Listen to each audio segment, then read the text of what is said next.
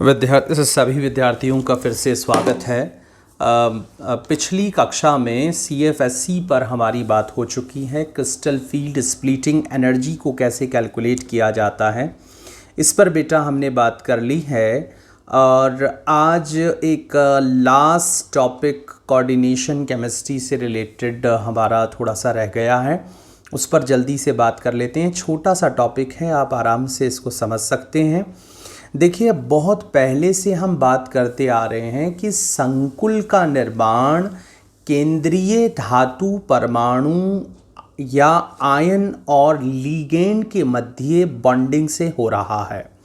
Coordination bond ligand के और metal ion के बीच में बन रहा है, यानी ये जो रिश्ता है उस रिश्ते का नाम उपसह संयोजन बंध है।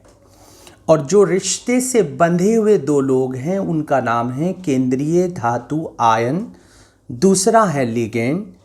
अब बेटा बहुत आसानी से आप समझ सकते हैं कि अगर हम इस स्टेबिलिटी की बात करें, स्थायित्व की बात करें, तो अगर दोनों अपने रिश्ते को बेहतर तरीके से संभाल पाएंगे तो लंबे टाइम तक वो रिश्ता चलेगा, यानी संकुल स्थायी होगा।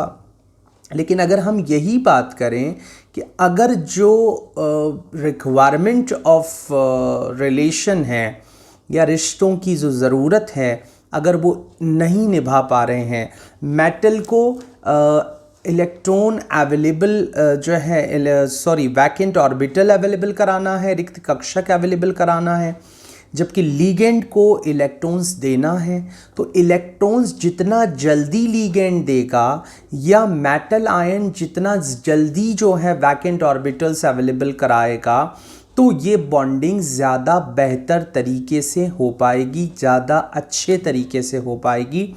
तो हम ये कह सकते हैं कि स्टेबिलिटी डिपेंड कर रहा है कि जल्दी से लिगेंड इलेक्ट्रॉन दे दे और मेटल आयन बहुत आसानी से अपने वैकेंट ऑर्बिटल अवेलेबल करा दे, उसके ऊपर चार्ज ज़्यादा हो लेकिन साइज़ छोटा हो। ये दो बातें इम्पॉर्टेंटली आपको याद रखनी है। तो सपोज़ कीजिए कि एक कॉम्प्लेक्स बन रहा है, MLN एक कॉम्प्लेक्स बन रहा है जिसका फॉर्मेशन Ma+ यानी कोई मेटल आयन है और उसके साथ n नंबर ऑफ लिगेंड्स जुड़ रहे हैं, तो MlNB+ का फॉर्मेशन हो रहा है। तो अगर हम इसके स्टेबिलिटी कांस्टेंट की वैल्यू निकालेंगे तो MlNB+ जो है वो हमारा जो है न्यूमरेटर में रहेगा, Ma+ जो है वो डिनोमिनेटर में रहेगा और L⁴n ये भी डिनोमिनेटर में रहेगा।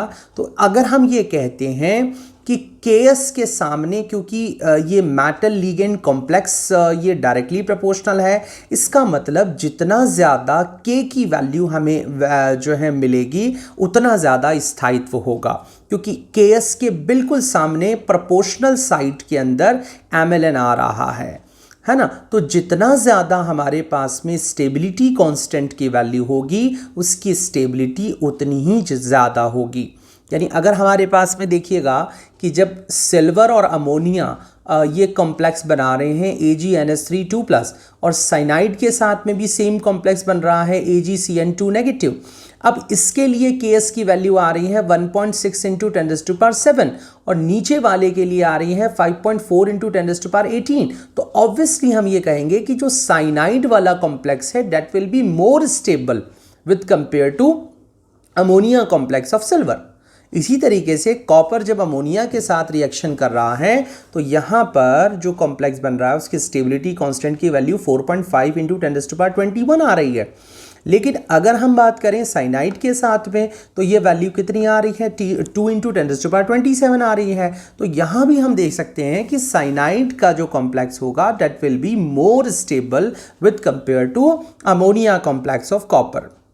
अब अगर हम बात करें कि ये जो स्टेबिलिटी है ये स्टेबिलिटी किन बातों पर डिपेंड करती है, तो हम ये कहेंगे कि जो स्टेबिलिटी ऑफ कॉम्प्लेक्स है वो सबसे पहली जो बात पर डिपेंड करेगी कि उसका चार्ज अपॉन रेडियस जो रेशियो होगा वो ज़्यादा होना चाहिए। चार्ज ज़्यादा होना चाहिए और उसकी रेडियस कम होनी चाहिए, तो हम ये कहेंगे कि वो ज़्यादा स्टेबल होगा। जैसे अगर हम बात करें फेरस और फेरिक, यानी एक कॉम्प्लेक्स हम Fe+3 के साथ में साइनाइड का बना रहे हैं और एक Fe+2 के साथ में साइनाइड का बना रहे हैं, तो आप देख सकते हैं कि जब Fe+3 है और साइनाइड के साथ ये कॉम्प्लेक्स बन रहा है तो स्टेबिलिटी कांस्टेंट की वैल्यू 10⁻31 आ रही है, जबकि Fe+2 के साथ में 1.8 × 10⁻6 आ रही है, जो काफ़ी कम है। तो अगर हम एक जनरल बात करें तो हम ये कहेंगे कि कॉपर, निकल, कोबाल्ट, आयरन, मैग्नीज, इसमें सबसे अच्छे कॉम्प्लेक्स कॉपर के स्टेबल ज़्यादा कॉम्प्लेक्स होंगे क्योंकि उसकी रेडियस काफ़ी कम होती है। तो इस तरह से आप उसका एक copper, then nickel, then cobalt, then iron and manganese. अगर हम लिगेंड की बात करें, ऑब्वियसली जो जल्दी से इलेक्ट्रॉन दे सकता है, तो अधिक क्षारीय लिगेंड द्वारा इलेक्ट्रॉन युग्म देने की प्रवृत्ति में वृद्धि होती है एवं स्थायी उपसह संयोजक यौगिक बनता है। मैंने आपको पहले भी बताया कि जो बॉन्डिंग है वो मेटल, आयन और लिगेंड के बीच हो रही है, तो जितना जल्दी वैकेंट ऑर्बिटल्स प्रोवाइड करवाए जाएंगे मेटल आयंस के द्वारा और लिगेंड जितना जल्दी इलेक्ट्रॉन दे पाएगा, बॉन्डिंग उतनी अच्छी होगी। फिर एक लास्ट पॉइंट, शायद ये डिस्कशन हमारा क्लास में नहीं हो पाया था, लेकिन आप बहुत घबराने की बात नहीं है। एक वैल्यू बेटा हमने आपको बताया था कि जो डोनर एटम होते हैं, अगर वो एक से ज़्यादा डोनर एटम है तो वो मेटल को जब बाउंड करके रखेंगे, वो उससे बॉन्डिंग करेंगे, तो एक साइकिल का फॉर्मेशन करेंगे, एक चक्र का निर्माण करेंगे और उस चक्रीय संरचना को हम किलेट रिंग कहते हैं। तो याद रखें कि ये जो किलेट रिंग है या जो किलेट वलय हुआ करती हैं, खासकर उन लिगेंड्स के अंदर जो 2 या 2 से ज़्यादा डोनर एटम वाले होते हैं, दाता परमाणु जिनमें ज़्यादा हैं, वो मेटल को अच्छी तरीके से पकड़ के रखेंगे और जब वो अच्छी तरीके से उसको पकड़ के रखेंगे, उसे अच्छी तरीके से बॉन्डेड रखेंगे, तो वो जो कॉम्प्लेक्स बनेगा वो कंपैरेटिवली ज़्यादा अच्छा होगा।